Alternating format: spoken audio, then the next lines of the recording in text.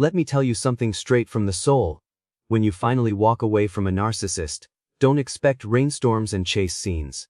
Don't wait for tearful confessions or late-night regrets whispered through the door. That's not how this story goes. No, what you'll see is a smirk, maybe even a selfie, a curated post, a pretend celebration, as if your love was just a song that faded out on their playlist. And there you are, holding the remains of something sacred, standing in the ashes of what you thought was real, asking the question that cuts deepest: was any of it ever true? That's the devil's trick right there. Because while you're trying to steady your breath, trying to understand how something so deep could vanish so easily, the narcissist is already rewriting the story, casting themselves as the hero. They erasing your sacrifice like it never mattered. But here's the truth, and I want you to lean in when I say it. Behind that rehearsed grin, beneath the spotlight they cling to, there's a fracture forming, a silent spreading void. Not because they miss love, not the kind that breathes and bends and forgives, but because they lost control. And control is their only compass. See, they had you. Not just in passing. Not like a name on a list. They had the kind of soul that waits through storms. That shows up even when it's hard. That forgives more times than anyone should have to. That's not weakness. That's grace. That's God-breathed courage. But grace unrecognized is grace wasted. And they wasted it. They thought you'd never leave. That your kindness was a guarantee. That no matter how cold they got, you'd bring the warmth. But there comes a holy moment, yes, holy, when your spirit whispers, no more. Queen, so you walked. Unshaken. No final act, no thrown words. Just gone. And that stillness. Oh, that stillness speaks louder than any scream. It's the kind of silence that breaks chains. Now the narcissist is pacing that empty stage, waiting for the next cue. But the audience is gone, the spotlight flickers, and that applause they lived for, it fades like smoke. They don't miss you the way love misses. They miss the mirror you held up, the attention, the devotion, the energy. Because people like you don't orbit narcissists forever. And when you stop revolving, their world tilts. Not because they love deeply, but because they're losing the gravity that held their illusion together. They'll poke the silence, send signals, drop bait. They want to know you're still watching, still hurting, still hoping. But when your silence becomes your sermon, when your stillness becomes your stand, something inside them begins to unravel. They'll lie louder, smile harder, but deep down, there's a whisper that won't leave them alone. What if that was the only real love I'll ever know? And friend, I'll say it plain. The answer is yes. They did lose it. And they'll never hold it again, not because love ran out, but because they kept choosing power over presence, ego over empathy, pride over peace. So don't second guess your leaving. Don't wonder if silence is enough. It is. That silence. It's strength. It strengthens. I loved you, but I won't lose myself trying to prove it. And now their fear isn't your rage. It's your redemption. It's your healing. It's your beautiful, unshakable peace that no longer needs their validation. Stay rooted in that. Walk in that. Because freedom, friend, looks good on you. Let me tell you something only the soul understands. The narcissists don't sit in stillness and mourn what was lost. They scramble. Desperate. They don't heal. They replace. They grasp for another hand, another smile, another body. Fast and hollow. It's not about love. No, it's about proof. Proof they're fine. Proof they're wanted. Proof they didn't lose. But deep down, where even they can't lie to themselves, they know. It ain't the same. Because this new person, this fresh supply, they've got walls. They've got discernment. They won't bow down at the altar of illusion. They don't pour love like you did.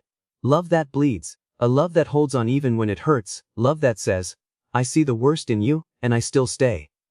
That's when the ghost of you returns. Not in sorrow, but in truth. Not in memory, but in clarity. A flash of a moment. A way you looked at them, without judgment. The sound of your voice.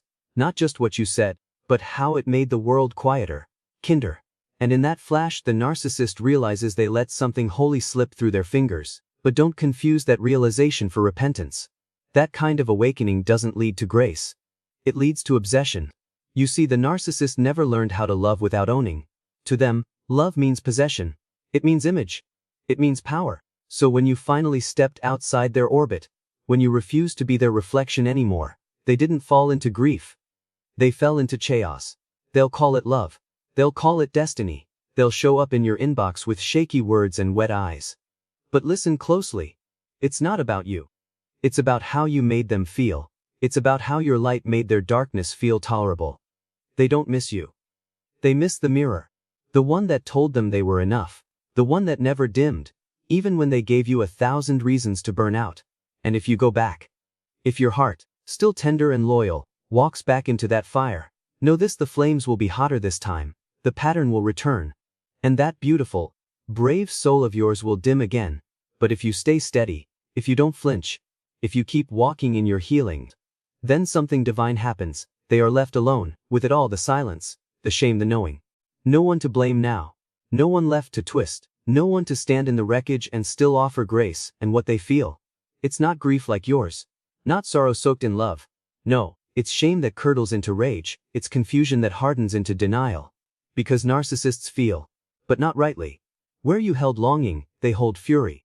Where you sought wholeness, they scramble for another stage. You weren't just another chapter to them.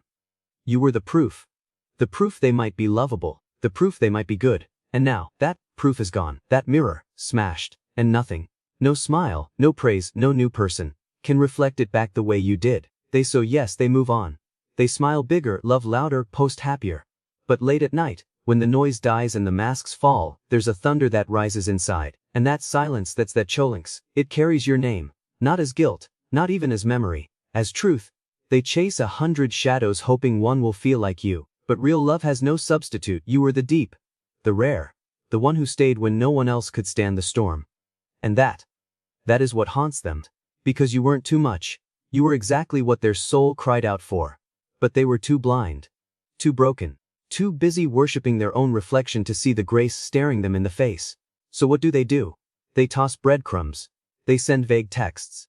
Just checking in. Songs from the past. Inside jokes that once brought laughter. But it's not repentance. It's not redemption. It's control, dressed in sentiment. And if you've grown, if your eyes have opened and your soul has learned the rhythm of peace, you'll see it for what it is. Not love, desperation in disguise. And in that moment, you'll know something sacred you never lost. You gave. You forgave. You believed. And when all of that was trampled, you didn't collapse. You rose. You gathered your spirit, you held your dignity, and you walked. Not because you stopped loving, but because you started. You started loving yourself. You didn't leave them. They walked away from the one person who would have stayed. Nothing they chase after now will ever shine the same. Because they remember. Not your anger. Not your pain. But the quiet moments when you withdrew, not to punish, but to protect. When silence became your last prayer. When forgiveness flowed, not because you were weak, but because you still had hope. And now, sitting beside someone new, someone easier, someone simpler, someone less you, they feel it. The emptiness. Not for comfort, but for depth. Let me lay it down for you like this. The H they carry now, it isn't just about losing someone. It's about losing you. That depth they used to scoff at. That fire they called too much. It's the very thing they now crave in the quiet corners of a life that feels suddenly flat. Because that new face, that new name, they don't see them, not like you did. Not past the polish. Not through the performance. The new one only sees the version the narcissist sells. And it's a shiny version. But not a true one. You though? You saw the storm behind the eyes, the cracks beneath the charm. You stayed. Not because you were blind, but because you believed. And that kind of love, it's rare. It's sacred. And once it's gone, nothing feels right again. That memory, it lingers. Not like a shadow, like a presence. Because you didn't just stay, you showed up. With mercy, with patience. With that wild, holy kind of love that says, I see it all. And I'm still here. That's what they lost. And they know it, even if they never speak it, even if they bury it under 1,000 lies, they know. But here's the brutal truth for someone like that, to admit what they had with you is to admit what they destroyed. They and narcissists don't confess, they construct new stories, new characters. Same play. Only now, the soul is gone. The pulse is missing. The story feels empty. They try to play you back with someone new. They rehearse the lines, put on the show. But the connection, the depth, the anchor gone. Because real can't be replicated. You were the one who stood in the chaos and said, I'm not leaving. Until you did. Not because the storm scared you, but because the foundation gave out. There was nothing to stand on anymore. Nothing but echoes. That's what makes you different. You weren't a game. You weren't a phase. You were real. And that realness, that's what haunts them. Not your goodbye, but the way you stayed. And the sacred, soul-strong reason you finally left. They'll twist the tale, call you needy, say you changed. The pretend you just couldn't handle them. But the deeper truth, it doesn't need defending, because over time, their story unravels. Even they can't keep the lies straight. Because your love was evidence. Evidence that someone once saw them, and stayed, and when you left, not with fireworks, not with fury, but with a quiet grief, they felt something they didn't know how to name. Regret. Not the passing kind. The kind that follows you into every new room, every new relationship. Every time they laugh and it doesn't quite reach their chest, and no one had to curse them. No one had to confront them. Your silence did the speaking. The kind of silence that says, I gave you everything I had, and now I'm giving it to myself. They sit in it. That emptiness, surrounded by people who only know their act, in relationships that never touch the soul. And deep down, they know. They didn't just lose a lover. They lost their only shot at being known. You weren't fragile for staying. You were fierce. You loved the parts of them they hid from the world, and from themselves, but now you've chosen yourself. And there's power in that choice, not petty power, not revenge, holy power. The power of self-respect, of rising from what tried to bury you, of remembering your name when someone else kept trying to rename you. You don't need their sorry. You don't need a final talk. You are the final word, because the truth stands tall without applause. And the truth is this, you were the blessing they thought would never walk away. But you did. Not because you gave up on love, but because you finally believed you were worthy of a love that didn't bleed you dry. If you've ever stood in the furnace of a narcissist's world, let me speak directly to your spirit. You are not broken. You are brave to love. You are not foolish. You are faithful. You are not weak. You are wise. And when you chose to walk away from the illusion, that wasn't failure. That was your freedom.